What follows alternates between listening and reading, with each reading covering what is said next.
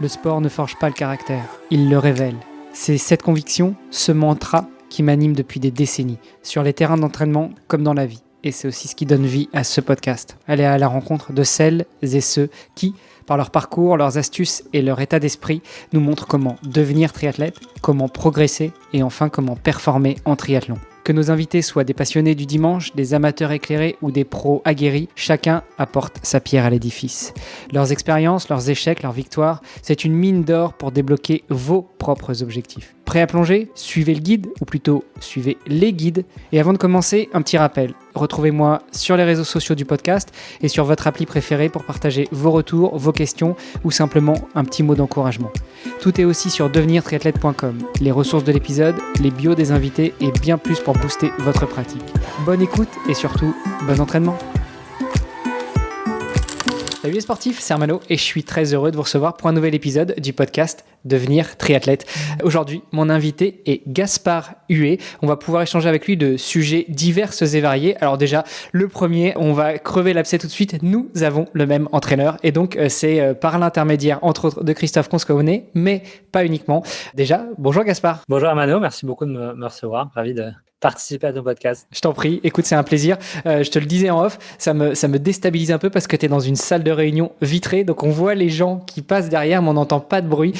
Donc celles et ceux qui veulent voir un petit peu ça, vous pouvez aller sur YouTube et puis vous verrez la vidéo de notre enregistrement. Tiens d'ailleurs Gaspard, comment ça se fait que tu es dans une salle de réunion comme ça ? T'es où ? Tu fais quoi dans la vie avant qu'on rentre sur le côté sportif ? Alors là, à un instant T, je suis à Station F dans une salle de réunion qui s'appelle Submarine et c'est vrai qu'on s'y retrouve un peu avec la ville derrière, on se sent un peu dans le sous-marin. Je suis à Station F parce que je suis entrepreneur dans la vie. J'ai fondé avec 2 associés une entreprise qui s'appelle Haro, qui est une entreprise dans la santé préventive. Notre objectif, c'est d'aider nos utilisateurs à vivre mieux aujourd'hui, optimiser leur santé et prévenir les maladies pour vieillir dans le meilleur état possible. Et on fait ça avec un copilote de santé personnelle qui va s'appuyer sur des tests avancés, notamment des prises de sang de plus de 62 marqueurs, de l'IA pour proposer un plan d'action hyper personnalisé sur tous les piliers de la prévention, donc de la nutrition, du sommeil, de l'activité physique, des compléments alimentaires, de la santé mentale, bref, tous les piliers qui peuvent nous aider à performer, optimiser notre santé et vieillir en meilleure santé. Excellent. Haro, ça s'écrit A-R-O. Il n'y a pas de H caché, il n'y a pas d'autres lettres cachées qu'on n'entend pas. Non, ça s'écrit Aéro. Et ça veut dire quoi, Aéro ? Alors, pour être tout à fait transparent, pour plein de raisons, on avait une très petite fenêtre de tir pour trouver un nom. Donc, c'était 2 jours de brainstorming maximum pour choisir notre nom. Et on aimait beaucoup le nom Aura, qui à la fois avec cette idée d'avoir de l'aura. Quand on est en bonne santé, on peut resplendir, entre guillemets. Dans pas mal de langues, ça a aussi une signification de vitalité. Donc, on trouvait ça super. Malheureusement, il était déjà pris dans d'autres pays, écrit un peu différemment, mais sur des secteurs un peu trop proches. Et donc, on l'a juste inversé. Et on s'est dit que finalement, c'était pas si mal parce que ça donne aussi de la notion de précision, comme une flèche en anglais. Et ce qu'on fait, c'est de la médecine personnalisée et de précision parce qu'on va aller vraiment utiliser la data propre à chaque individu pour personnaliser l'accompagnement ensuite. Donc, ça marche pas mal. Bon, écoute, je suis content de ma question à la con parce que finalement, ça permet de rentrer un petit peu dans le sujet. Moi, j'aime bien le côté aussi inversé, c'est-à-dire que on inverse parfois les rôles. Souvent, on se dit qu'il faut être en bonne santé pour faire du sport et pour prendre soin de soi. Finalement, on peut aussi prendre soin de soi et ça va engendrer de la bonne santé ou un bon état physique et mental. Je sais pas ce que tu en penses. Complètement. Nous, c'est tout à fait ce pour quoi on se bat. C'est le fait de dire que, en fait, on a tous en nous la plupart des outils pour améliorer notre forme, avoir plus d'énergie au quotidien, atteindre ses objectifs. C'est quelque chose qui est très important dans l'accompagnement qu'on propose, c'est que on va vraiment personnaliser en fonction des objectifs. On a plein de personas, certains qui sont très sportifs et certainement des auditeurs du podcast. Et là, l'objectif va plutôt être dans l'optimisation de la performance, de la récupération pour avoir de l'énergie à l'entraînement. Et d'autres ont des objectifs beaucoup plus terre à terre, des quinquagénaires qui cherchent juste à faire un check-up, être en meilleure forme possible pour leurs proches, leurs petits-enfants. Et en fonction de ces objectifs, on va adapter l'accompagnement. Et en fait, ce qu'on dit, c'est que quel que soit l'objectif, 80%, c'est nous ce qu'on appelle du lifestyle, c'est des actions qu'on peut mettre en place. 20%, ça va être de la génétique. Mais donc, en fait, rien n'est acquis ou inné. Une grosse partie, c'est des choses que l'on peut faire, que ce soit du sport, de la nutrition, toutes ces choses-là qui vont avoir un impact sur la santé, physique et mentale, parce qu'on le sait aussi que faire du sport, ça nous fait souvent aussi du bien à la tête. Ouais. Bon, après, moi, je suis un peu déçu parce qu'on avait déjà parlé en off. Et pour l'instant, c'est pas encore développé ou pas encore disponible pour les gens qui n'habitent pas sur Paris, si j'ai bien compris. Donc, j'ai hâte. Alors, on a lancé Lyon et Marseille, enfin la région Rhône-Alpes au sens large et Marseille-Aix-en-Provence il y a quelques semaines. Et normalement, on devrait très vite, je ne sais pas exactement quand le podcast va sortir, mais avoir beaucoup de villes. Il me semble que tu es à Toulouse. C'est Toulouse, ça. c'est dans les Pièges. Bon, nickel. J'ai hâte, j'ai hâte. Ce serait bien que je puisse tester avant de diffuser le podcast. Comme ça, je rajouterai une petite capsule pour faire mon retour. Anyway, revenons à toi. J'ai dit que tu étais Gaspard Oé. Est-ce que tu peux nous en dire plus sur toi, qui tu es, quel âge tu as, ce que tu fais dans la vie, c'est déjà fait, mais ce que tu fais dans la vie en dehors d'être un entrepreneur. Donc, 30 ans entrepreneur. Et en effet, ce que je fais dans la vie à côté, c'est que je suis passionné de sport. D'abord de sport co, j'en ai fait pendant près de 15 ans, du hockey sur gazon, où j'ai joué au plus haut niveau français. Ça m'a donné vraiment le goût du dépassement de soi, de l'atteinte de ses objectifs. Et pour plein de raisons, j'ai pivoté vers les sports d'endurance il y a maintenant 3 ans. Et j'ai choisi le triathlon parmi tous ces sports. J'aimais bien le côté diversité, j'aimais bien le vélo, j'aimais bien la course à pied. Je n'aimais pas spécifiquement la natation, mais comme plein de triathlètes finalement. Et puis voilà, ça fait 3 ans. J'ai eu un parcours commencé par un Alpha Ironman. J'ai eu le virus à 100% de plan d'entraînement, de la réussite derrière. Et après ça, j'ai choisi de m'y mettre un peu plus sérieusement avec un objectif Ironman, le choix de prendre un coach, Christophe, qu'on partage. Et donc, j'ai fait mon premier Ironman full distance l'année dernière. Et maintenant, les objectifs progressent d'année en année. Donc là, on va avoir un projet un peu plus ambitieux pour cette année, j'espère. Oula. Alors, tu ne nous dévoiles pas encore tout ça. Revenons un petit peu sur ta découverte du sport d'endurance et en particulier du triathlon. Tu l'as dit, tu as fait pas mal de hockey sur gazon. J'ai déjà eu l'occasion d'avoir quelques anciens footballeurs, anciens basketteurs, anciens handballeurs. C'est des sports où il y a beaucoup plus d'intensité que de l'endurance. Justement, malgré tout, on a une certaine forme d'endurance dans l'intensité. Est-ce que tu as eu l'impression, quand tu as arrêté le hockey sur gazon et que tu t'es tourné vers d'autres sports, que effectivement ton passé t'aidait? Ouais, énormément, parce que en effet, le hockey sur gazon, c'est un sport très intense. On est quasiment tout le temps en VO2 en fait quand on est sur le terrain, parce que c'est un sport où, à l'instar du basket ou du handball, où on peut changer en permanence. Donc c'est très fréquent, plus le niveau progresse, d'en fait faire des 4-5 minutes sur le terrain très très intense, sortir de 3 minutes, rentrer, etc. Mais la préparation qu'on va faire pour une saison de hockey, in fine, inclut pas mal d'endurance, parce que pendant l'été, on va faire du foncier parce qu'il faut une base de foncier forcément, avec des footings, de l'endurance qui vont servir ensuite. Et pendant la saison, on avait 1 à 2 séances d'entraînement de prépa physique, sans la crosse, sans la balle. Et là, c'est un peu ce qu'on pourrait faire aujourd'hui dans un programme avec des séances de VO2 finalement. Des sessions de 400 mètres, de 1 km.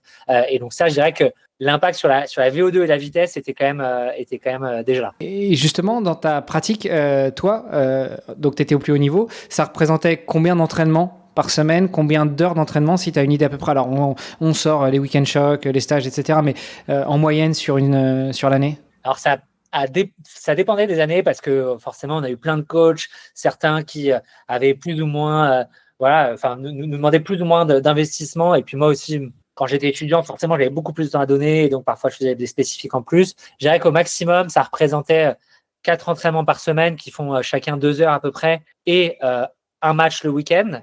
Là, pour le coup, on était, nous, en division nationale. Donc, le match, c'est un déplacement partout en France. Donc, parfois la veille, parfois le jour même, etc. Et le minimum, je dirais que c'était 3 entraînements par semaine et un match le week-end. Ok. Ouais, donc ça fait déjà une bonne dizaine d'heures, quoi. Exactement. Ouais. Comment tu gères ça? Alors, tu l'as dit, tu étais étudiant à un moment, mais dès que tu commences à avoir une vie de famille, une vie professionnelle, comment tu arrives à orienter tout ça? Parce que le sport individuel, comme l'est le triathlon, on peut aller nager le matin, on peut aller nager le midi, on peut aller courir le midi, on peut sortir le vélo de temps en temps le week-end, on peut prendre des après-midi pour aller rouler. Mais quand c'est un sport collectif, malheureusement, c'est pas toi qui décides de ton planning. Exactement. Et c'est, pour être tout à fait transparent, la raison principale pour laquelle je suis passé à un sport individuel. Alors, il y en avait d'autres, mais en effet, c'était très prenant. On n'a aucun contrôle sur le planning, sur l'agenda. Forcément, un sport collectif, il y a aussi plein d'à côté qui sont nécessaires pour la vie de groupe, pour coordonner ce petit monde sur la stratégie, etc. Donc, il n'y a pas seulement du temps effectif d'entraînement, il y a du temps de déplacement, il y a du temps de briefing, de tableau noir, de brunch en équipe, etc. Donc, en effet, ça prenait beaucoup de temps. Au début de ma vie pro, j'arrivais, en fait, c'était un impondérable, quoi. C'était obligatoire. Donc, mon agenda tournait autour de ma pratique sportive. Heureusement, c'est le soir. Donc, les entraînements, nous, ils étaient de 20h à 22h, avec le temps d'y aller, etc. Bon, j'étais motorisé. C'était départ à 19h du travail. J'arrivais à faire ça 2 fois dans la semaine, mais si le reste du temps, du coup, je devais compenser en venant un peu plus tôt, partant un peu plus tard parce que j'avais déjà un travail qui me prenait beaucoup de temps. C'était compliqué peut-être plus pour ma copine parce que forcément, ça fait 2 soirs dans la semaine, un retour très tardif à la maison, minimum. Le samedi matin, il est bloqué. Le dimanche, il est bloqué toute la journée. Et puis quand on rajoutait les gros moments où il y avait un troisième ou un quatrième entraînement, là, ça faisait plus beaucoup de temps pour les proches. Donc, j'avais la passion. Forcément, quand la passion commence à s'étioler, on se dit que c'est beaucoup de sacrifices parce qu'on n'a aucun contrôle sur l'emploi du temps. Et c'est là que petit à petit, je me suis dit que le sport individuel, même si en termes d'amplitude horaire, c'est pas forcément beaucoup moins, on enlève les déplacements parce qu'on peut le faire de là où on est, on n'a pas besoin de se déplacer sur le terrain. Et surtout, on le fait le midi, le matin, quand ça nous arrange, quoi. Ouais, on s'organise, quoi. Tu dis que tu avais déjà un boulot très prenant. Parce qu'on vivait pas du sport, du hockey sur gazon à haut niveau en France? Alors non, malheureusement, en France, il y a très très peu, il y en a quelques-uns, il y a très très peu de joueurs qui sont professionnels. On est un sport plutôt semi-pro ou amateur. Voilà, donc moi je gagnais pas d'argent, j'ai joué toujours dans mon club de cœur. J'avais certains joueurs dans mon équipe qui étaient payés pour jouer. C'était en général plutôt des joueurs internationaux. En gros, on venait renforcer l'équipe chaque saison avec des joueurs qui venaient de championnats un peu plus forts et qui nous aidaient à progresser et qui eux allaient avoir été logés, payés un peu pour entraîner des jeunes et payés un peu potentiellement pour jouer. Tu es entrepreneur dans la santé, bien-être. Est-ce que cet amour de la data, de la santé et autres te vient aussi du sport que tu as pratiqué plus jeune? C'est un petit peu brouillon ma question, mais en gros, quand on fait du sport individuel, on n'a pas trop le choix que de s'intéresser à l'entraînement, à savoir comment ça fonctionne, à essayer de comprendre comment fonctionne notre corps, essayer d'appréhender les différents signaux de notre corps. Quand on est dans un sport collectif, d'autant plus au haut niveau, on a souvent tout un staff qui tourne autour de nous et qui s'occupe de tout ça pour nous. Toi, est-ce que ça t'est venu de ta pratique? Est-ce que ça t'est venu d'une certaine frustration dans ta pratique? Ou est-ce que c'est juste l'occasion qui a fait le larron ou le haro? J'avais déjà en effet une appétence pour tous ces sujets-là de data, d'optimisation de manière générale. Je suis un peu geek sur plein de choses, tu vois, et ça se recoupe beaucoup. Tu sais, j'aime beaucoup la productivité, les sujets de comment je peux optimiser mon organisation, etc. Comment je fais? Déjà, j'ai eu une incartade quand même dans le sport d'endurance en 2015, donc il y a maintenant 10 ans, où j'avais fait un marathon. J'avais fait un marathon parce qu'en fait, j'étais en échange universitaire au Brésil, donc il n'y avait clairement pas de hockey possible. Moi, le sport a été une routine dans ma vie depuis que j'ai 6 ans, donc voilà, je me cherchais un nouveau défi pendant que j'étais au Brésil qui allait pouvoir m'occuper. Et du coup, j'avais fait un marathon. J'avais du coup bien aimé le fait de m'entraîner, d'avoir cette rigueur-là avec des progressions qui sont très, très visibles. C'est vrai que tu l'as moins dans le sport co. Et nous, au hockey, on est, comme je disais, un sport amateur semi-pro. On n'a pas toute la data et les attirails que peuvent avoir certains sports co beaucoup plus professionnels. Donc, moi, je l'avais à titre perso. J'étais content de mesurer quand je faisais ma prépa physique pour la saison, de voir un peu comment je progressais dans mes allures. Moi, j'étais pas aussi peut-être un truc qui m'a fait prendre le goût de ces sujets-là, c'est que j'étais pas peut-être le joueur le plus talentueux d'un point de vue technique. Donc, je compensais pas mal par le physique. Et par contre, j'étais souvent dans mon équipe, en tout cas, dans les premiers sur les séances de 500 mètres, ce genre de choses. Donc, ouais, j'avais déjà un peu cette appétence pour l'endurance et la data qui vient avec nécessairement. Et forcément, ça a joué énormément dans mes choix professionnels et le fait de lancer Haro aujourd'hui. Ouais, tu étais déjà piqué sur la data, l'analyse et puis un petit peu le sport d'endurance dans le sport collectif plutôt d'intensité. Donc tu nous as expliqué un petit peu pourquoi tu t'es arrêté, en tout cas de pratiquer le hockey, mais comment tu tombes ou tu retombes dans le sport individuel plutôt d'endurance, au-delà de ton incartade il y a une dizaine d'années sur un marathon, mais comment t'en viens au triathlon finalement? Comment j'en suis venu? Alors, je savais d'ores et déjà que j'avais besoin d'avoir une routine sportive post-hockey et sport collectif parce que voilà, c'est juste comme ça que je fonctionne. Je sais tout le bien que ça m'apporte d'un point de vue physique, d'un point de vue aussi récompense. Je trouve ça hyper agréable d'avoir des des victoires dans le sport qui vont en fait te mettre bien mentalement pour tout le reste. Donc je savais que j'avais besoin de ça. Pourquoi le triathlon spécifiquement? Alors je me confie, hein, c'est très très perso. Je pensais pas raconter ça.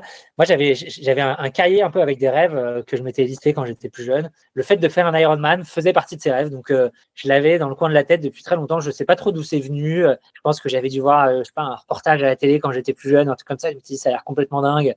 Un jour, j'en ferai un quand je serai grand. Et après, pile au moment où j'ai arrêté le hockey, j'avais un mariage, le mariage de mon frère, et j'avais une cousine qui est passionnée de sport aussi et qui m'a peut-être après quelques verres dit bon allez viens l'année prochaine on s'inscrit à un Ironman. Je lui ai dit attends c'est peut-être un peu beaucoup pour commencer de faire un Ironman. Moi je me suis inscrit à un half, elle s'est inscrite au full de Nice et puis c'est comme ça que tout a commencé. Wow. Et tout de suite tu prends un entraîneur ou tu trouves un cadre, tu rejoins un club, comment tu t'organises? Non, la première année j'ai fait un parcours, j'ai pris un abonnement de Training Peaks, je me suis acheté un programme déjà tout fait sur la plateforme. J'avais regardé un peu les clubs. Le problème, c'est qu'à Paris, c'est pas facile parce que beaucoup sont. Le gros intérêt, je trouve, du club de triathlon, c'est en particulier la natation. Et malheureusement, tous ceux que j'avais trouvés avaient des piscines qui étaient pas du tout proches de chez moi. Donc, ça voulait dire se lever très, très, très tôt pour pouvoir bénéficier d'entraînement, etc. Donc, j'ai décidé de le faire tout seul. Voilà, cette première année, c'était bien pour une première année, mais à la fin, je me suis rendu compte que c'était pas forcément optimal sur l'adaptation, les gains marginaux qu'on pourrait chercher. C'est pour ça que j'ai choisi d'avoir un coach. Tu t'es déjà amusé cette première année à analyser tes datas justement, à voir ce que ça donnait, alors par rapport au plan d'entraînement prévu, par rapport au plan d'entraînement réalisé, par rapport à tes sensations, enfin qu'est-ce que tu as analysé comme data et qui t'ont fait dire ouais non, là ok, c'était bien pour découvrir, mais il va vraiment falloir que je prenne un coach? Qu'est-ce que j'analysais comme data? Pour le coup, je regardais un peu tout. Donc, je regardais ma VO2, comment elle évoluait avec ma montre. J'avais fait un test aussi de VO2 à l'époque. Je regardais ma FTP sur le vélo pour voir est-ce que je progresse. Je regardais beaucoup déjà, c'est un truc que je fais encore beaucoup, pour tu vois, certaines zones données, par exemple de puissance à vélo, quel rythme cardiaque j'arrive à soutenir, ce qui est, je trouve, un bon indicateur de son état de forme. Donc ça, je le regardais. En effet, j'ai vu qu'il y avait une progression, mais qui me paraissait pas incroyable par rapport au temps passé. Et puis après, je regardais aussi où est-ce que je me situais par rapport aux objectifs de course que je me fixais. Et je perdais certainement beaucoup trop de temps, j'ai le souvenir. Alors, le programme que j'avais pris, ils avaient un outil de calculateur d'allure et de puissance à avoir sur la course. Et je regardais quasiment, franchement, je pense que 3 mois avant ma course, en plus, je ne savais pas trop à quoi m'attendre, c'est la première. Je regardais presque toutes les semaines. OK, maintenant, j'en suis là sur ma FTP. Alors, combien de watts je vais pouvoir pousser pendant la course? OK, là, j'ai progressé de 10 watts sur la course, c'est bien, je suis content. Donc, ouais, j'étais déjà un peu sur tous ces outils-là. Après, j'ai jamais, je trouve que un problème de certaines de ces plateformes, notamment Training Peaks, la data est pas hyper lisible. Donc, je regardais plutôt Strava, Garmin, des outils que j'arrive à comprendre plus facilement. Tiens, d'ailleurs, sur les outils, et notamment Garmin, il y a quelques années, j'ai produit un podcast avec Grégory Chanez de nakan.ch qui publie un blog sur les objets connectés et autres liés au sport. Et il a développé, et j'ai vu qu'il l'avait mis en public récemment, donc c'est pour ça que j'en parle, il a développé un outil pour pouvoir extraire les fichiers de sa Garmin et analyser, que ce soit alors, le fameux fichier FIT, je crois, mais aussi là où on retrouve toutes les données de distance, de fréquence cardiaque, d'allure, etc., etc. Donc voilà, si ceux qui ont une Garmin et qui veulent s'amuser avec les datas, ou peut-être toi, Greg a sorti un outil qui permet de le faire et qui permet de bien s'amuser avec tous les outils, pour autant que les données soient correctes, parce que ça c'est un peu le sujet quand tu dis que tu suivais ta VO2 max avec ta montre. Bon, est-ce qu'on est certain que cette donnée soit correcte?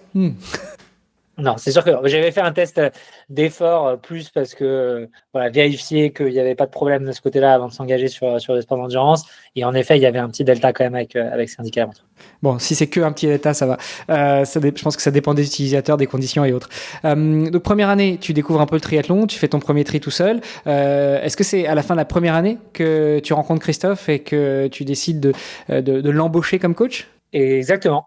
Donc je sors de ce Alpha Ironman de Nice conquis. Je me dis OK, j'ai trouvé un sport qui vraiment me plaît. J'ai adoré pas seulement la course, mais j'ai adoré l'entraînement. Je pense que c'est vraiment le plus important parce que c'est finalement plus de 90% du temps va être dédié à l'entraînement et j'ai vraiment adoré ça. Donc, je me dis, OK, j'ai envie de passer à la vitesse supérieure. Objectif full distance qui était du coup mon rêve depuis un petit bout de temps. Par contre, je me dis que voilà, d'un point de vue pro, ça s'accélère avec ma boîte. Donc, il faut que je puisse optimiser tout ce que je peux optimiser. En gros, moi, un de mes drivers, c'est souvent de me dire, je suis pas athlète professionnel, je n'ai pas une infinité de temps à dédier, j'ai envie de garder la priorité absolue, ça reste ma boîte en ce moment. Ça changera sûrement dans ma vie, mais en tout cas, c'est le cas à l'instant T. Ça reste aussi mes proches. Et donc, en gardant ces deux intouchables, entre guillemets, le temps qui me reste à dédier au sport, le but pour moi, c'est de performer au maximum de mes capacités par rapport à ce temps que j'ai à dédier. Et je me suis dit que pour optimiser ce temps que je dédiais, avoir un coach qui va pouvoir, voilà, il y a plein de drivers qui me faisaient ça. Déjà, qui va me permettre de pas me concentrer là-dessus et en fait tout faire pour moi, me dire c'est ça qu'il faut faire à tel moment. Ça, c'est un vrai gain de temps. Me donner des conseils pratico-pratiques parce que je me posais beaucoup de questions sur la nutrition, le matériel, la stratégie de course, etc. Mais aussi pouvoir itérer sur le programme au fur et à mesure. Parce qu'en fait, c'est un des vrais problèmes, selon moi, des programmes statiques, c'est que si tu peux faire toutes les séances telles qu'elles sont écrites, c'est sûrement très bien. Le problème, c'est que le travail, les déplacements, la fatigue, les blessures font que le programme doit évoluer. Et là, ça évolue pas. Et donc, soit on passe beaucoup de temps à essayer de faire de l'ingénierie, de se dire, tiens, si j'ai raté ces séances, il faudrait que je modifie la suivante en faisant comme ci, etc. Soit on a la chance de pouvoir se faire accompagner par un coach qui, du coup, va faire ce travail-là pour toi. Ouais, surtout que c'est parfois contre-productif de faire soi-même sa propre ingénierie sur le plan et puis d'ajuster la séance d'après. Bon, quand tu rates une séance, de toute façon, c'est bien connu, elle est ratée. Mais par contre, si tu commences à en rater 3-4, c'est peut-être là qu'il va falloir faire de l'ingénierie et puis tout ajuster. Mais c'est souvent contre-productif parce que finalement, le plan, qu'il soit figé dans le marbre, émis par un algorithme ou par un entraîneur ou alors ajusté par ton propre entraîneur personnel, il va prendre en charge une certaine montée en puissance, en charge, etc. Et donc, si tu t'amuses à ajuster les séances parce qu'il y en a une que tu n'as pas pu faire, tu risques de générer plus de fatigue. Enfin bref, tout ça, c'est des sujets, je pense, dont tu échanges beaucoup avec Christophe. Nous, on l'a fait pas mal avec Fergus sur notre préparation pour le TILE, mais c'est aussi l'avantage, comme tu dis, d'avoir un coach qui est à l'écoute et qui est flexible et qui va pouvoir ajuster ton plan, quoi. 100%. Du coup, tu challenges un peu tes datas avec Christophe ou pas du tout? Ou c'est lui qui te les challenge? Enfin, comment marche votre relation? Je serais curieux d'avoir son feedback là-dessus. Moi, j'ai l'impression d'être j'ai plutôt un profil bon élève. Donc, de manière générale, j'applique le programme et c'est plutôt de temps en temps lui qui va venir. Alors, soit j'ai des questions très spécifiques, ce qui arrive. Par exemple, là, cette année, parce que c'est assez aligné d'un point de vue pro, perso, etc., et que ça rejoint bien l'objectif d'optimiser mon temps, j'ai envie d'utiliser beaucoup la data dans mon entraînement. Donc là, je vais lui poser des questions, de lui dire quel test, toi, serait intéressant pour toi pour aller encore plus loin dans la définition de méthodes d'entraînement, etc. Donc là, il va me dire, voilà, il faudrait que tu fasses tant de tests de VO2 par an, à tel moment dans ta prépa, etc. Sinon, c'est plutôt lui qui me fait le programme, qui, si tout se passe bien, va me faire des catch-up un peu régulièrement, me demander où j'en suis, me demander si on peut accélérer un peu, si à l'inverse, c'est un peu chaud de suivre le programme. Et puis parfois, si moi, j'ai des impératifs, des choses qui changent, là, je vais lui dire, hello pour info, je suis pas chez moi pendant une semaine, j'aurai pas de vélo, est-ce qu'on peut adapter le programme ou j'ai vraiment pas le temps d'aller à la piscine en ce moment, est-ce qu'on peut adapter le programme, etc. Bon, tu fais comment justement quand tu peux pas faire un des trois sports? Alors quand tu peux pas faire du vélo, tu peux croiser un peu en compensant avec la course à pied, mais quand tu peux pas nager, qu'est-ce que tu fais? Tu prends dans tes valises des élastiques et puis tu fais ça à l'hôtel? Je demande à Christophe d'abord. Je lui dis, c'est quoi le plus optimal? J'avoue que la natation, moi, c'est un peu l'enfant terrible dans mon entraînement. C'est peut-être celui que je priorise un peu le moins. Donc, j'essaye, évidemment, quand je suis en déplacement, de trouver une piscine pas loin, etc. Et sinon, ça peut être la séance qui saute. Je vais en effet essayer. Alors, j'ai pas d'élastique. Par contre, de compenser par une séance de musculation. Je me dis, évidemment, c'est pas ISO, mais dans l'hôtel, s'il y a une salle, super. Sinon, des pompes, des abdos, du gainage, ça fait quand même un peu de renforcement du haut du corps, ce qui fait pas de mal pour la natation. Tu m'étonnes. Je crois qu'on en est tous au même point. Qu'on soit triathlète ou swimrunner ou en tout cas quand on a des disciplines enchaînées, on en est tous au même point. Jongler avec le quotidien et savoir essayer de pouvoir adapter. Bon, voilà, on a passé un petit peu en revue ton profil de sportif, ton profil de néo-triathlète entre guillemets. Ça a donné quoi ton premier full? Hormis le fait que tu aies passé la ligne. Mon premier full, 10h07. Donc, content pour un premier full. Un peu en dessous de l'objectif qu'on s'était fixé avec Christophe, parce que Christophe, on le connaît, c'est le roi du pacing. Et du coup, il m'avait donné un objectif qui, je pense, était complètement atteignable.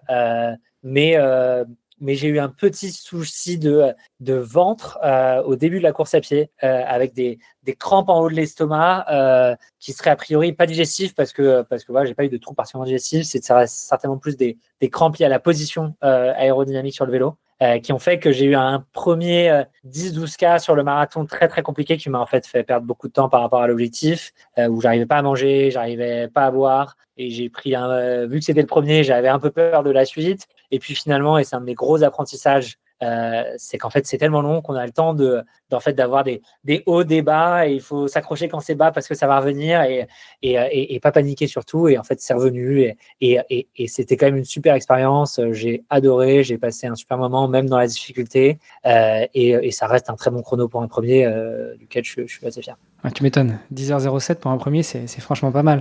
Bon, j'essaie de rentrer un petit peu dans le détail, mais tu as dit que pour cette année, vous alliez fixer de nouveau avec un X objectif, avec un S. Il y a quoi? Il y a exploser le chrono. Alors j'aimerais bien, il y a deux objectifs. Il y a exploser le chrono, passer sous les 10 heures, parce que c'était j'étais si proche qu'il faut absolument que je passe dessous. Mais pourquoi pas aller encore chercher des marques supplémentaires? Là, le plan initial, ça va dépendre évidemment de la course que je choisis, parce que j'ai pas encore fixé quelle date ce serait. Et évidemment, si c'est un parcours avec plus de dénivelé ou pas, on va adapter. Mais là, j'avais fait un Ironman qui était très plein. J'ai fait Hambourg. C'est vraiment une crêpe. La partie vélo, il y a un peu de dénivelé sur la course à pied, mais franchement, c'est pas grand-chose. Le plan de course, c'était 9h38. Donc sur un premier, j'étais pas très loin si tout s'était passé comme prévu du 9h30. Donc peut-être passer sous les 9h30, c'est l'objectif très ambitieux, je dirais. Et le deuxième objectif très très ambitieux, ce serait pourquoi pas d'aller chercher une qualif groupe d'âge. C'est très difficile à lire, surtout avec les nouvelles règles d'attribution. Je sais pas exactement quel temps il faudrait aller chercher, mais voilà, ça serait c'est un des rêves cachés derrière, de pouvoir un jour faire connard. Bon, les règles de toute façon, elles ont toujours été très simples. Hein. C'est comme un concours à l'école. Hein. Faut être le premier, puis c'est tout. Exactement. Alors là, maintenant, ça a changé. Il faut être dans les X% de temps du machin. C'est ça. Mais bon, on verra. Dans tous les cas, l'objectif, c'est d'abord d'essayer de faire le meilleur temps possible avec le temps que j'ai à dédier cette année. Et l'objectif chiffré, on l'affinera réellement quand on sera plus proche de la date au vu de ma forme. Et puis après, si ce temps-là peut permettre d'aller chercher une qualif, là, ça serait vraiment la cerise sur le gâteau. Bon, tu parles de date, justement, de fixation d'objectifs. Ça tombe bien. C'était l'idée originelle de notre échange, qui est née finalement d'une question que tu as posée dans un groupe WhatsApp. Tu peux nous en parler rapidement déjà alors pas de la question tout de suite, mais on va encore teaser un peu, mais surtout de l'intérêt du groupe WhatsApp que tu as créé, enfin de la communauté, quel genre de sportives et de sportives s'y retrouvent, échangent, et puis après la question que tu as posée. Ouais, donc le Threshold Club, c'est vraiment né de cette passion commune entre le pro et le perso, de l'amour de la data dans le sport en particulier, et pas seulement sur la santé, et comment la data peut servir à optimiser son entraînement, sa performance. Et je me suis rendu compte que je me posais plein de questions, que ChatGPT, c'est un bon début, mais c'est toujours mieux d'avoir des gens qui l'ont vraiment testé, vraiment vécu, pour éviter certains écueils. Et donc, j'ai créé cette communauté qui est un groupe WhatsApp qui regroupe des gens qui partagent cette passion, qui l'appliquent dans leur pratique sportive. Il y a des sports différents. Il y a des gens qui font que du running, il y a des gens qui font du trail, il y a des gens qui font du triathlon, il y a des gens qui font du swimrun, il y a des gens qui font de la course à pied sur route. Il y a des gens qui font après des sports plus exotiques, du biathlon, enfin, il y a plein de l'ultracyclisme, il y a plein de passionnés de sport d'endurance. L'idée, c'est de se poser des questions. Alors parfois, on va se poser des questions sur des tests, du matériel, de la nutrition. Est-ce que quelqu'un a déjà testé ça? Parfois, ça peut être sur une course en particulier, sur un objectif. C'est assez large. Elle est assez jeune, cette communauté, donc je pense que ça se rôde encore un peu, mais il y a déjà eu quelques échanges hyper sympas où on a pu apprendre des trucs intéressants.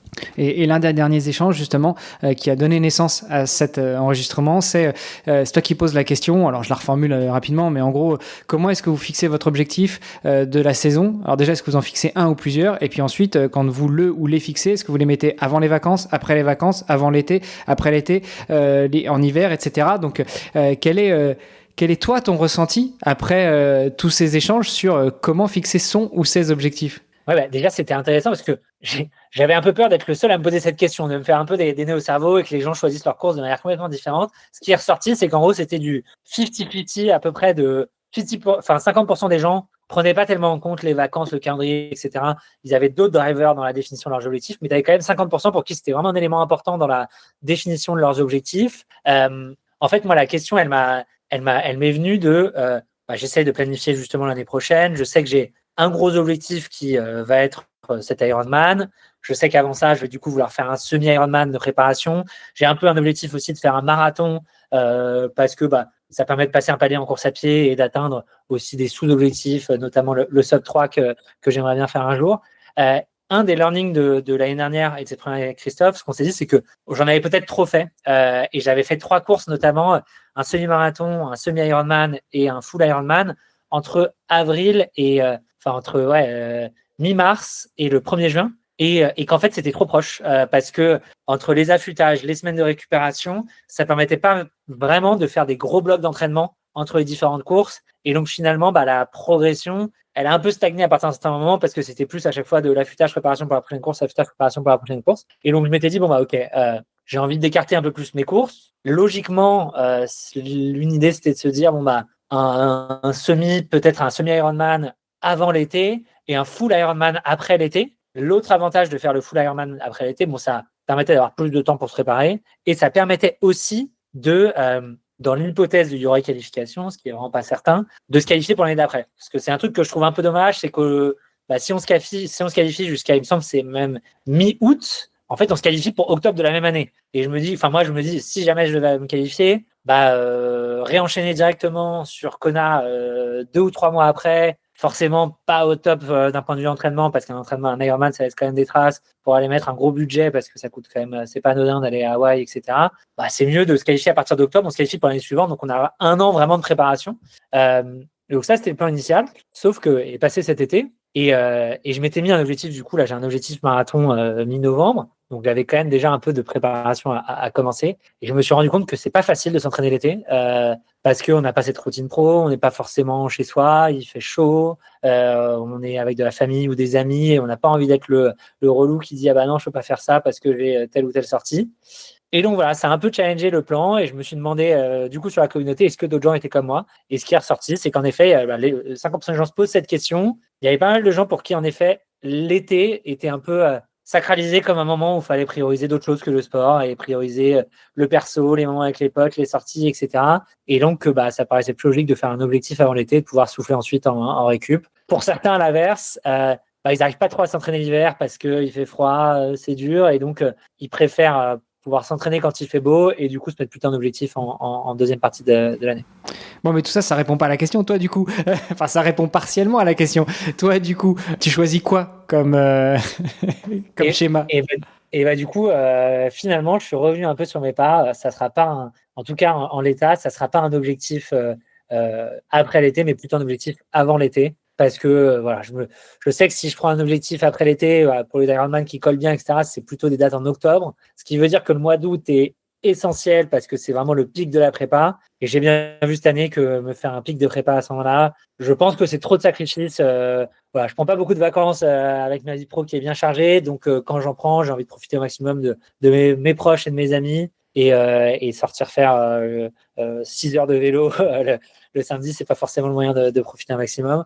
Et en plus de ça, la chaleur, moi, je pense que ça me pèse pas mal en termes de performance dans l'entraînement. Donc, voilà. Donc, je vais choisir plutôt un objectif avant l'été et après pouvoir. Bon, ce qui veut dire que si tu obtiens ta qualif, ce sera avant l'été, mais tu devras quand même en remettre une caisse pour aller en octobre à Hawaï. Exactement, mais bon, ça serait.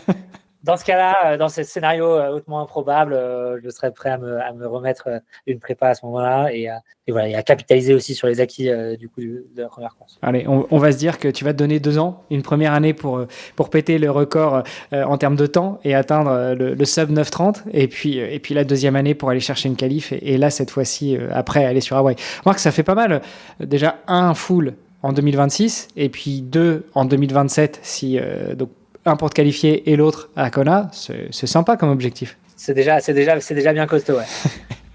Il y a des sujets qu'on pourrait poser aussi là-dessus, dans la communauté, notamment sur l'acclimatation ou le fait d'apprécier ou pas de s'entraîner sous la chaleur. Alors, quels sont les tuyaux? C'est un peu le marronnier, hein, tous les ans ça ressort. Comment est-ce qu'on fait pour s'entraîner quand il fait chaud, quand il fait trop chaud, quand il n'y a pas d'eau, quand on est en vacances, etc. Mais je pense que ça peut être intéressant aussi d'avoir le point de vue de la communauté et pas uniquement de un ou deux journalistes ou spécialistes de son sport qui va donner son avis, quoi.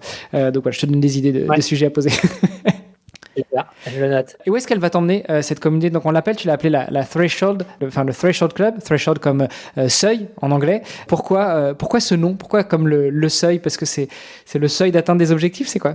Plutôt comme le seuil d'entraînement, on cherchait, vu qu'il y a cette idée de data, c'est pas juste une communauté de sportifs. C'est vraiment, nous, on a insisté sur le fait, au début, il y avait même un petit formulaire pour rejoindre, etc. Que voilà, l'idée, et je ne dis pas que la data est essentielle dans le sport, et j'ai plein de potes qui font du sport, d'ailleurs, avec très bon niveau, sans être aussi assis sur la data, mais c'est juste une manière différente de le faire. Et nous, là, ce qui nous amuse dans cette communauté, c'est vraiment l'idée de se dire comment on peut utiliser la data dans son sport. Donc, c'est un biais un peu geek dans l'approche.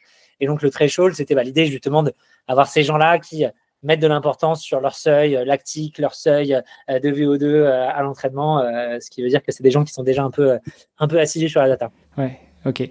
Du coup, est-ce que tu veux l'emmener, cette communauté? Est-ce que c'est aussi un moyen pour toi de promouvoir Haro, même si je ne crois pas t'avoir vu mettre un seul message sur le sujet dans la communauté, mais où est-ce que tu vas l'emmener? Est-ce qu'à terme, ce sera une communauté plutôt pour Haro? Est-ce que ce sera une communauté pour des sportifs et puis de temps en temps, quand l'occasion se présente, entre nous, entre guillemets, ambassadeurs ou pas, ou toi, rediriger vers les services que vous proposez? Ou est-ce que c'est vraiment un jeu, un outil à côté pour aller chercher les gains marginaux? Alors, c'est une bonne question. Tu n'es pas le premier à la poser.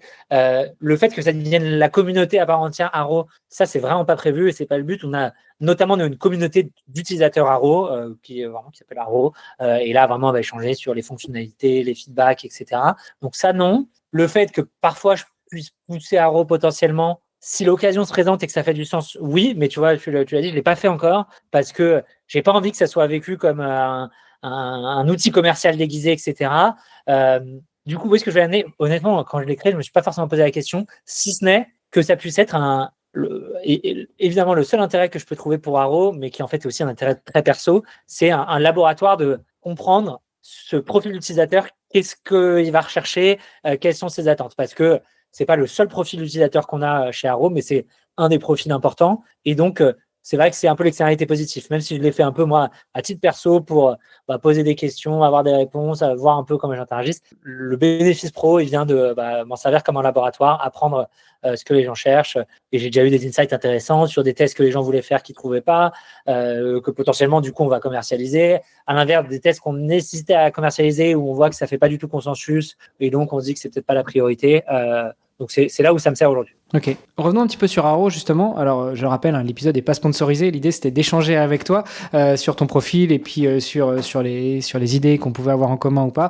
Mais ça me titille, ça me turlupine, cette histoire d'Haro. Tu peux nous en dire plus parce qu'on n'est pas trop rentré dans le détail. Est-ce que c'est pour les sportifs, pour les non-sportifs, pour tout le monde? À quoi ça sert? Comment ça marche? Combien ça coûte? Etc.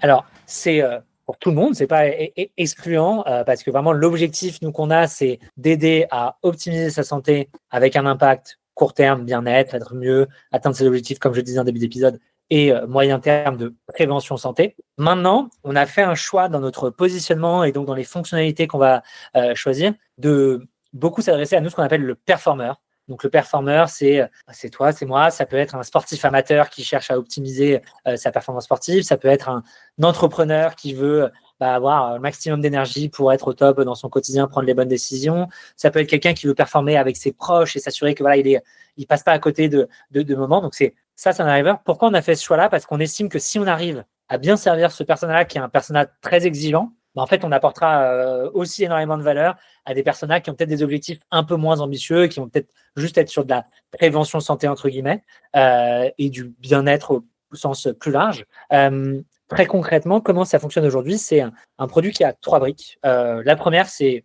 collecter un maximum de contexte. Donc, on a 2 sources de contexte aujourd'hui, un bilan biologique avancé, réalisé dans des labos partenaires. On va tester plus de 60 biomarqueurs. On a choisi la biologie parce que ça donne beaucoup d'insights, notamment en testant des marqueurs qui ne sont pas testés de manière classique sur la nutrition, sur le stress, sur la santé cardiovasculaire, sur les différents déséquilibres qu'on peut avoir. Donc, c'est une très bonne source de données qui est assez peu exploitée, assez peu accessible. La deuxième source de contexte qu'on a aujourd'hui, c'est un bilan très poussé du mode de vie, des objectifs et des antécédents. Donc, c'est un questionnaire qu'on a construit avec des spécialistes. On a un médecin dans l'équipe et on allait s'appuyer sur des psychologues, des experts du sommeil, des experts en nutrition et on va poser plein de questions. Demain, on va venir rajouter 2 sources de contexte et j'y viendrai. On aimerait très vite avoir les wearables, avoir des tests supplémentaires, que ce soit biologique ou autre que biologie. Et ça, on va avoir des annonces incessamment sous peu. La deuxième brique de notre produit, c'est faire du sens de toute cette donnée. Et donc là, on utilise de l'IA et on va venir corréler tous les éléments pour avoir une lecture très personnalisée et fine. Ce que ça me permet de faire, c'est un protocole sur tous les piliers de la prévention et de l'optimisation de sa santé, donc de la nutrition, du sommeil, de la santé mentale, compléments alimentaires, activités sportives, potentiellement des follow-up médicaux si on estime que c'est nécessaire et qu'il y a potentiellement des gros déséquilibres qui nécessitent d'aller consulter. Donc ça, c'est vraiment notre casquette prévention. Il y a toujours une relecture par un médecin qui va vérifier qu'il n'y a pas d'hallucination, pas d'oubli, pas de choses graves, etc. C'est ensuite mis à disposition du patient. Encore une fois, j'insiste sur ce travail de corrélation qui est un peu notre secret sauce, c'est plutôt que de juste lire un marqueur et dire tel marqueur est rouge, voilà les recos génériques comment en face. Nous, on essaie toujours de se dire tel marqueur est rouge, quels sont les objectifs de la personne, du coup, est-ce que c'est grave ou pas grave que ce marqueur soit rouge? Si ça a un impact sur ses objectifs, qu'est-ce qui peut expliquer dans le mode de vie de la personne que ce marqueur soit rouge? Et du coup, donner une reco vraiment adaptée à ça. Et la troisième brique, qui est vraiment là où on veut aller le plus, c'est cet aspect copilote. En gros, nous, le constat qu'on a fait, c'est que des boîtes de check-up, il y en a plusieurs, mais souvent, c'est un peu trop statique. On sort avec une liste d'actions à faire, mais l'enjeu, c'est comment je les mets en place dans mon quotidien. Et là, on veut vraiment agir du coup comme ce coach, ce concierge, ce copilote qui va aider à prendre ce protocole qui a été validé par un médecin et le mettre en place dans son quotidien avec en répondant à ces questions de manière contextualisée, en proposant des menus hebdomadaires, des programmes de sport, demain en étant connecté avec justement les wearables, etc. pour un performeur, pour pouvoir itérer sur le protocole, pas seulement au moment des prises de sang, mais en continu en disant attends, là on va adapter parce que cette semaine, grosse charge à l'entraînement ou alors mauvais sommeil parce que stressé au taf, etc. Donc on va changer ça sur le protocole. Vraiment agir comme un coach et ça va se faire aujourd'hui via une appli web et très vite via une appli mobile. Est-ce que vous allez pousser entre guillemets le copilote, le coach, sur des recommandations dans la journée, quoi. En gros, vous regardez la persona de votre performeur. Si on prend un performeur sportif, vous vous rendez compte que il nage 3 fois par semaine de 7 à 9 le matin. Puis il y a une semaine, le mercredi, il n'a pas été nager, quoi. Est-ce que Haro va envoyer un petit message en disant tiens, aujourd'hui on a vu que tu n'avais pas nagé. Est-ce qu'il y a une raison particulière? Est-ce que tu es fatigué? Des choses qu'on n'aurait pas détectées en analysant en plus tes wearables. Donc les wearables, je le rappelle, c'est tous les outils connectés, notamment les montres, les bagues et autres qui permettent en continu, entre guillemets, de mesurer les paramètres physiologiques d'un individu. Ouais. C'est 100% un des use cases qu'on aimerait être capable de faire demain. On appelle ça, nous, alors ça ressemble beaucoup, moi, je suis utilisateur, c'est pas de la pub, pas sponsorisé, de Whoop, qui est un bracelet qui traque la récupération et le sommeil. Et ils ont une fonctionnalité qu'on aime bien qui s'appelle le journaling, où en gros, c'est vraiment de l'input utilisateur. Tous les matins, moi, je vais un peu dire des choses que j'ai faites la veille, pas faites, etc. Et en fonction, il va être capable de me dire, ça a un impact sur ta récupération, ça a un impact sur ton sommeil, positif, négatif. Et donc, nous, les inputs passés, chose qu'on veut, à ce que ça va être une source de données supplémentaire et comprendre, en fait, ok, tu es très fatigué ou tu t'es blessé. Tiens, est-ce qu'il y avait des choses qui nous expliquaient, qui peuvent expliquer ta blessure dans les choses qu'on avait pu observer, les éléments précédents. Écoute, on arrive tout doucement à la fin de l'épisode. Je t'avais promis qu'on ferait pas trop long. J'ai encore 2 questions signature. La première, le podcast s'appelle Devenir triathlète. Toi qui es un néo-triathlète, mais un fan de data et un ancien sportif de haut niveau, quel est ton meilleur conseil pour devenir triathlète ? Quel est mon meilleur conseil pour devenir triathlète? J'ai peur de dire un conseil très bateau, mais qui est très vrai, c'est la progressivité, quoi. C'est y aller progressivité dans l'entraînement, évidemment, parce qu'on a entendu 15 fois les blessures, la charge physiologique, blablabla. Mais c'est aussi progressivité dans les objectifs pour construire la passion petit à petit et pas se cramer trop tôt avec peut-être un truc trop ambitieux qui va en fait laisser un souvenir de oh putain, le triathlon c'est très dur, il faut des heures, etc. Le triathlon, ça peut être moi ma première course, j'en ai pas parlé avant de faire un half Ironman, juste pour me dire comment on fait des transitions, comment on installe son vélo en amont, etc. J'avais fait un format S et j'avais trouvé ça super aussi. Donc, il n'y a pas de triathlon mieux qu'un autre, de distance mieux qu'une autre. Et donc, c'est vraiment y aller petit à petit, découvrir ce sport de manière progressive. Et en plus, ça permet de garder toujours des nouveaux objectifs. Je pense que si on y va trop vite, trop fort, le risque, c'est qu'au bout de 2 ans, on n'ait plus rien on n'ait plus de rêve dans ce sport. Tiens, d'ailleurs, ça me fait penser à une autre question que tu pourrais peut-être avoir sur la communauté, c'est la pause. Nécessaire, pas nécessaire, on l'a fait pas, on l'a fait courte, on l'a fait longue, sur ordonnance, commandité par le coach, comment est-ce qu'on la gère? Moi, je suis un gros adepte justement de faire une grosse pause après l'atteinte d'un objectif, que ce soit un semi-objectif ou un objectif, ou l'objectif de la saison, pour pouvoir laisser le temps, pas que au corps de récupérer, mais aussi à la tête, quoi, avoir l'envie d'y retourner. Et dans le sport, dans le triathlon, on pratique 3 sports, donc il faut vraiment avoir 3 fois plus envie d'y aller, quoi. Ouais. 100%, c'est vrai que c'est une bonne question. Moi, je suis plutôt adepte de la pause aussi, parce qu'il faut une vie. Mais je pense que c'est très propre à chacun parce qu'il y en a, c'est comme ça qu'ils sont équilibrés. Moi, en effet, je trouve que tout est une question dans la vie d'équilibre. Et donc, il y a des moments où, surtout à l'approche d'une grosse échéance, où on va peut-être surpondérer un peu la préparation Ironman, la préparation en course et donc faire plus d'entraînement. Après, il faut lâcher un peu prise. Et de toute façon, moi, la course, elle s'est faite. Déjà parce que j'avais envie de rééquilibrer plus de temps pour mes amis, mes proches, ma famille, ma copine. Et puis aussi, physiquement, j'étais bien cramé pendant quelques semaines. Et donc, de toute façon, j'allais me faire un footing de 5 km et je sentais que ça laissait déjà des traces. Et donc, la pause se faisait un peu d'elle-même. Bon, bientôt, Haro nous enverra une petite notification en disant hop, c'est pas le moment d'y aller, enlève tes baskets, là, t'es encore en pause. Exactement. Écoute, je te remercie. La dernière question de signature aussi un petit peu de ce podcast. Où est-ce qu'on te suit? Où est-ce qu'on t'encourage? Où est-ce qu'on suit Haro, qu'on s'abonne, notamment pour savoir quand ce sera dispo à Toulouse? Ouais. Alors moi, je suis à titre pro, du coup, je parle pas, mais je parle aussi de mes objectifs sportifs pas mal sur LinkedIn, donc Gaspard Ouette. Je suis aussi sur Instagram et Haro, pareil, on est sur Instagram principalement, ça s'appelle Join Haro, notre compte, JOIN plus loin ARO, et on a un site web également, joinharo.com. Voilà, c'est là principalement où j'interviens. Et bien sûr, dans la communauté Threshold, n'hésitez pas à m'envoyer un message sur LinkedIn ou sur Instagram. Je vous enverrai le lien WhatsApp sans problème. Ouais. Et puis sur Strava aussi, quand même, pour suivre tes performances. Et c'est vrai que je suis sur Strava. Aujourd'hui, c'est plutôt des gens que je connais qui me suivent. J'ai pas trop d'inconnus, mais oui, je mets tout sur Strava, pas en cachet, parce que voilà. J'aime bien avoir mes likes de Christophe sur mes activités. C'est clair, je sais pas comment il fait, hein, Christophe, pour nous suivre tous individuellement, suivre nos entraînements, suivre nos datas, revenir vers nous quand il y a un truc qui semble clocher, et puis en même temps être à fond sur nos réseaux sociaux. Ils doivent être 15 en fait. Déjà, dans sa tête, il doit pas être tout seul, mais il doit y avoir 15 Christophe Yamas. C'est sûr. Gaspard, je te remercie. On a tout passé en revue, ou tu avais une dernière réflexion, une dernière chose que tu aurais bien voulu qu'on aborde, qu'on n'a pas touché du doigt? Non, écoute, moi, j'ai pas d'autres sujets. Je suis déjà hyper content d'avoir pu participer en tant que néo-triathlète, de participer à ce podcast. J'ai l'impression d'être un sportif de haut niveau. Mais non, merci beaucoup. C'était chouette. On a couvert plein de sujets et c'était hyper intéressant. En tout cas, de mon point de vue. Écoute, je te remercie encore. Je te dis à bientôt. Peut-être qu'un de ces 4, quand je passerai sur Paris, je passerai te voir à Station F. Ou alors, quand tu viendras déployer Haro à Toulouse, on aura l'occasion de se voir. Avec plaisir. Merci Gaspard. Ciao. Salut. C'était Devenir triathlète X OpenTri.